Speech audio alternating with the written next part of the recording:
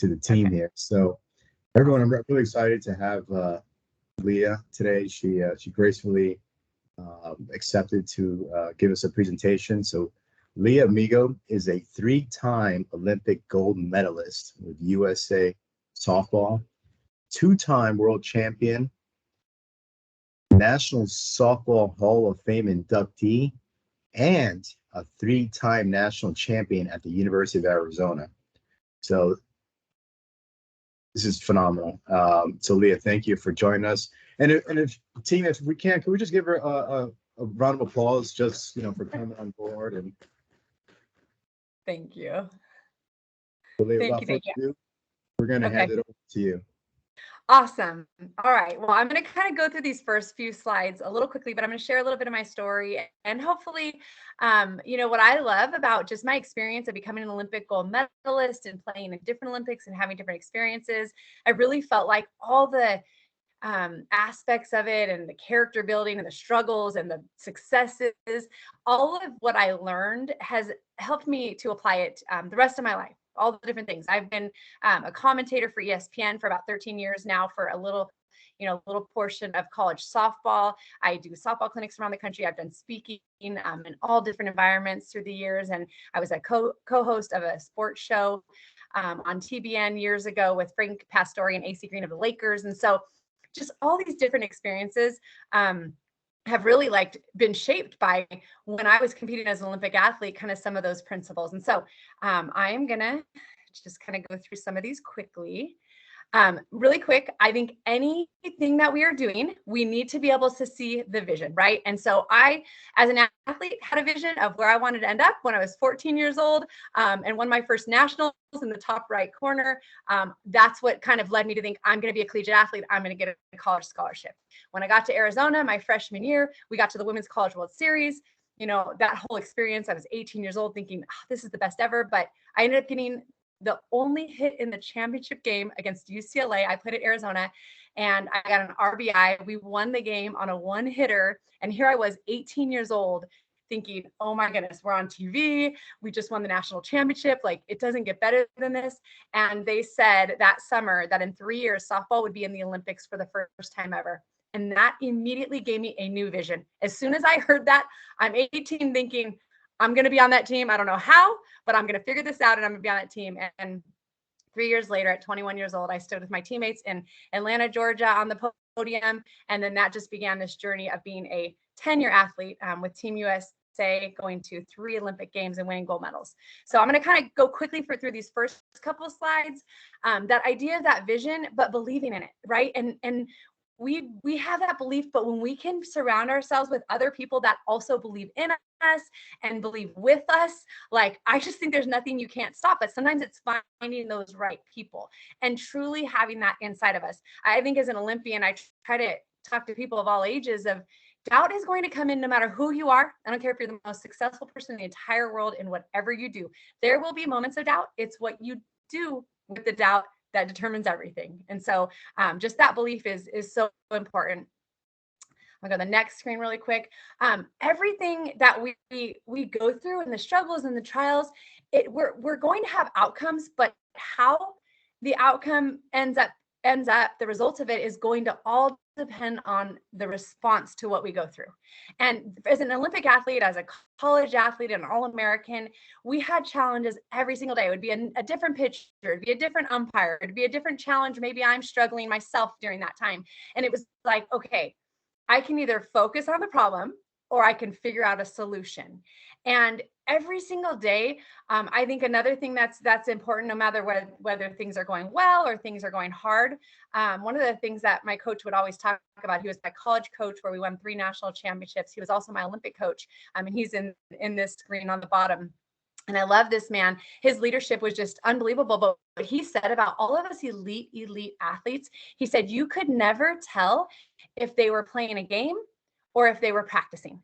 He said the level of intensity and everything they brought was going to be the same. And I remember thinking, okay, he saw that we so badly knew what we wanted that we brought our A game every single time. The gold standard. We knew ultimately we're going for the gold, but what did that take on a daily? What was that the gold standard in practice each and every day? And one of the big things he would talk to us, he said, there's a lot of things outside of your control, but two of the things he always had us focus on and always ingrained in us, he said, out of all the things that are out of your control, you can always control your attitude and your effort. So that's the R, right? So whatever our response is, and the reality is some people have really good R response. Some people can go through challenges and you're like, how is this not affecting you? And they're maybe just thinking of ways like, I'm going to figure out how to overcome this. I'm going to, I'm going to find the solutions. And there's other people who they cannot get past that struggle point. They cannot, they just focus so much on that. And so becoming people who have that really strong R, I think is so, so crucial. And we did that well as Olympians. The comeback after the setback, again, this is tied into those struggles, right? And COVID, I think, brought struggles for everybody and so many people. And it's unbelievable. But in so many different fields, I've talked to people and everybody's kind of had to make these adjustments, these pivots, these shifts, and in my sport, that's what it was all about. It was adjustments. And in the 2000 Olympics, we actually went in with a 110 game win streak, and that was all the talk on all the news networks. And we ended up winning our first two games, and then we lost 3 games in a row. And first of all, we went from this massive win streak that was unheard of to the biggest losing streak USA softball has ever had. And it was in the Olympic Games. And honestly, like at first, everyone was a little bit of shock. The second day, we saw people kind of pointing fingers and some division happening. And it was the third day, I think, was that the game changer. It was now or never. We're either going home without a medal. We had 2 more games to win in order to get to the medal rounds, or we're going to come together and find that glue. And it was so crucial, the leadership. I believe any company has to have leadership from above. And I also believe it has to be from within. So within employees, within our team, we had our coaches who set the standard, but then we needed that within the group as well. And it was that layer, that extra layer of finally those people saying, how are we going to get back to our vision, our purpose? What is that unity? And we really kind of went back to the little things, literally the little things. And I feel like anything we go through, sometimes the problems can snowball and we get away from, like, we almost are trying too hard and we're trying to push things too much. And it's like, wait, what are those little things that we can do that got us to this point? What are those non-negotiables that we need to do? So I wanted just to take a few minutes on this slide right here to just kind of give you a couple key points. As you see, like I've done a lot of different roles through the years. So I was mom. I was the first mom on Team USA after the 2000 Olympics. I had been married prior to that Olympics. And then my husband and I had my son, Jake. And when he was 3 years old, I was the first mom on Team USA for softball. We brought home a gold medal when he was 3. I do commentating, I do speaking, all these different things that I've been able to do. I feel like that idea of balance and struggles. And so I want to give you 3 P's that I think can help all of us, again, no matter what we're doing. And it's prioritize, people, and purpose. And so the first thing is that prioritizing, that balance. You see, when I was a college athlete, no big deal. You're here, you're going to school, you're training, you're a student athlete. You have to balance those 2 things, maybe some friend time on the side. That's fine. It's not too hard, right? You figure that out. But then all of a sudden I graduate college and now, I'm trying to have an income and I'm working and I'm still trying to be an Olympic athlete and I'm trying to juggle and find my way. And then how can I still get my training? And that's needed to be this elite athlete. And so, individually, like I used to have my team all the time. And now I have to spend a lot of time individually trying to be the best in the world. So I got to find that team within the team. I got to find somebody who can meet me at the field and help me.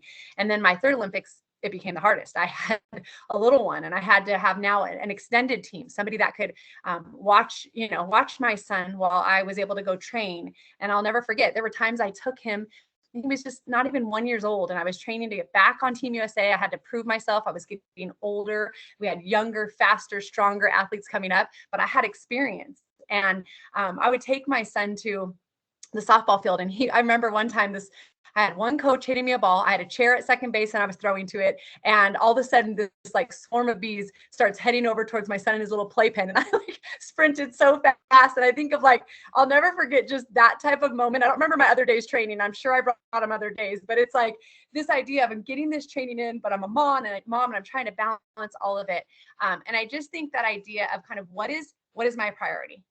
And so when I became a mom, it was like, okay, I know I need to get this training in if I want to be a world-class athlete. I know I'm mom. I know I'm trying to work still in these other areas.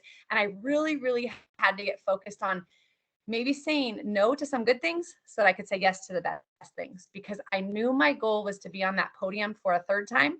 And I knew I had to sacrifice some other things for a little while longer. So balance is so crucial, and prioritizing people is huge. I talked a little bit about that. I stood on the podium, and the beauty of it was just the diversity. We all had different strengths. We all had different backgrounds, even different beliefs in a lot of ways, but we had the same common goal. And anybody, I believe, that is leading a company, leading an organization, we need to get people on that same plan and path, and everybody bought in. And I know that's hard, especially I cannot believe how many people I talk to and different business owners of how hard it is right now to find quality help, quality workers, people who, are committed, and people who are, up to par really with these roles that are being given to people. But I think, that obviously is the goal always, right? And our coach, I remember him talking recently about how he built a dynasty at the University of Arizona before he was our Olympic coach. And he said, early on, I just thought I'm going to get the most success, or like most, athletic people, and people that had the best skills physically. He said, and then I thought, oh, I can change them into better people. And he goes, I quickly learned I need to get a good skill set, but I needed them to be better people, because if I had them where they had the right character, I could get them to grow in their skill set more. And he switched that mentality, and that is what led to just so much more and more success. And so I think great leaders surround themselves also with the right people in terms of other, people who have leadership ability. Like I said, like kind of that top person, right, who runs the company. But then you need the right managers, right, who then can lead other people, and the better people we get in those positions. But we have to trust that, because I also played for one Olympic coach who didn't let our assistants talk with us, and just that feeling, and we never reached our potential. I believe, even though we won the gold medal, I think we could have been a lot better.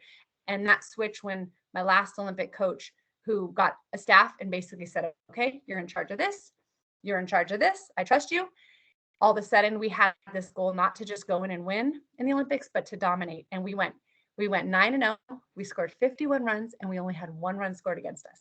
And then the last P is purpose. And I just want to encourage all of you, like, you all have different, strengths, and you have your companies, and you're passionate about it. There's a reason, obviously that you got into that why, right?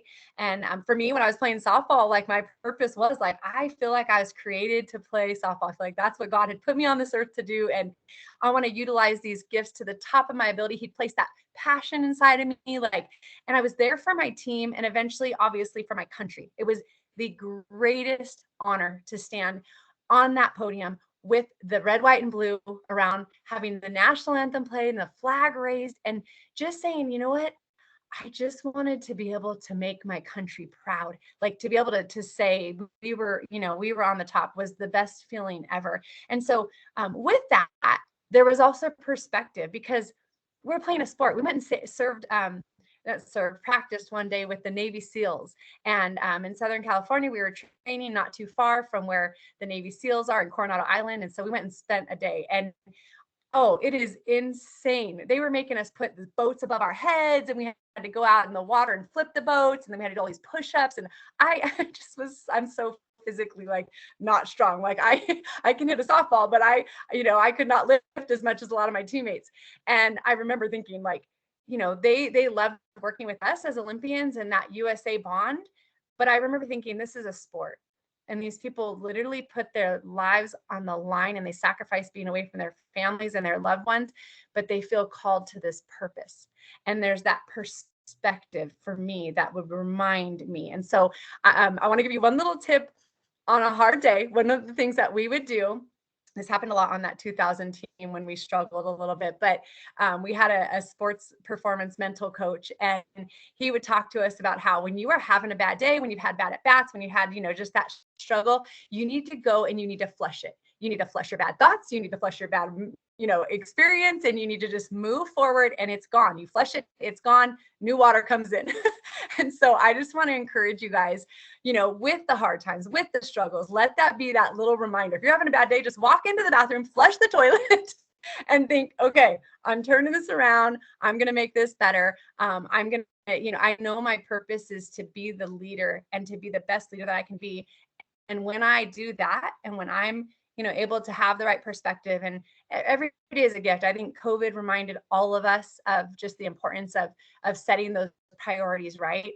And with that, I say, what do you need to do to be at your very best? How much sleep do you need to get each night? Who needs to be that person that you can vent to? Who are the mentors that you have in your life that you can look to, that can give you that advice to remind you, hey, you're doing all right. These problems, they come up for all of us. It's okay. I think about people I've been able to mentor, and when you feel that, okay, I'm not alone. Like I'm on the right path. I'm doing the right things. Like, we just need to keep pressing on. It again allows us to finish the way we want to. And so I just want to hold up these medals really quick from the Olympics. I don't know if you guys can see them because I can't see my screen, but these 3 Olympic gold medals: Atlanta 96, Sydney, Australia 2000, and 2004 in Athens, Greece. And one little story, and I'll put this last screen on really quick. You can go to my website. It's leahamico.com. I'm going to be sending out a newsletter each month to hopefully just encourage people. My acronym is GOLD, living out the gold standard. And so G is goal setting, O is overcoming obstacles, L is the leadership component, and D is dedication, that daily discipline. But part of my story was, after that first year, I was a pitcher and a first baseman heading into the University of Arizona. That's how I was recruited. I got on this team, they were all Americans. There were a lot of just amazing athletes. And I had a moment in the fall, like, am I even good enough? Because when I was a pitcher facing our best hitters in the nation, like, I felt like I was terrible. And I've stuck with it. I got that winning hit in the World Series. And then they said softball was going to be in the Olympics, like I mentioned. I didn't know how I was going to get there, but that was my vision. That was my goal. That next season, when I came back my sophomore year, my coach said, you know what, Leah, I need to move you to the outfield this year. He said, we have 4 pitchers. I want you every day in the lineup. And I'm just going to push you. Like, I'm not going to have you pitch for us this year. And I tell people all the time, I could have gone one of 2 ways. I could have been so mad. Wait a second, I'm qualified. You brought me in as a pitcher. And, that's you could feel like you're being demoted, right? Being moved to the outfield. But I 100% believe that the view that I took of, okay, I'm going to be an outfielder. I'm going to be the best outfielder there is in this country. And I would stay after practice and I would ask my coach, I need to learn how to dive for balls and judge them. I've never done this. I need to learn to throw so my arm's not falling off because I'm throwing like an infielder. And over time, I, could make that perfect throw to home plate to get the runner out. I could make diving catches on TV, and nobody saw how many times I crashed and burned, but I will never forget those times because that's what led. It was the work and the time that I put in, and being at the Women's College World Series and catching a ball over the fence where I'm halfway hanging over the fence. And those were these moments that the USA Softball Committee started seeing me compete on this stage. And they were like, okay, we want her for outfield. I would not have made it early in that on that Team USA at first base or pitcher, because the first baseman and pitcher we had been on the team for years and years. And so I really believe kind of that versatility and being able to learn when we go through struggles, it almost takes us out of our comfort zone to bring new skill sets in. And that's what led to me being that gold medalist 3 times and, standing on that podium. And I did finish my career back at first base, but it was, where do you need me? What can I do for the team? And if we can get a team full of people all working together in that same unified direction, I just think there's nothing stopping us. So sometimes the challenge is finding that team and then leading that team in the best way possible. But that's how we definitely get to that gold podium that all of us are striving for. All right, I'm going to get out of this really quick. Stop sharing.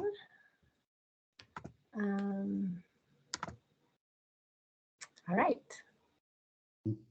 Leah, can I say something real quick? Absolutely. And if there's any questions, really quick too. Excellent. So as I was sharing with you yesterday, you are our first guest speaker. And let me tell you, you set the bar this high already. And I really mean that. And I want to thank you for that. Thank you. I was taking down notes here, and this is excellent. I mean, event plus response equals outcome. embrace the struggle, refocus, get back to basics, set new goals, the four laws of focus. I mean, this is really, really good stuff. So anyway, I'm going to turn it over to the group for a quick Q&A. So guys, feel free Yeah, if to anybody has any questions. I don't have any questions, but thank you so much. I took a picture of your believe slide and I just texted it to my daughter because she's in high school trying out for track and she doesn't think she's going to make it. And so that was motivational. Thanks. Oh, thank you. That's awesome. Thank you, Rebecca. Well, Leah, it was wonderful. Thank you again for taking the time to visit us. And yeah, everyone, thank you for joining the call and have a great rest of your day. Okay. Thanks, Evan. Thank you. Bye. Thank you. Thank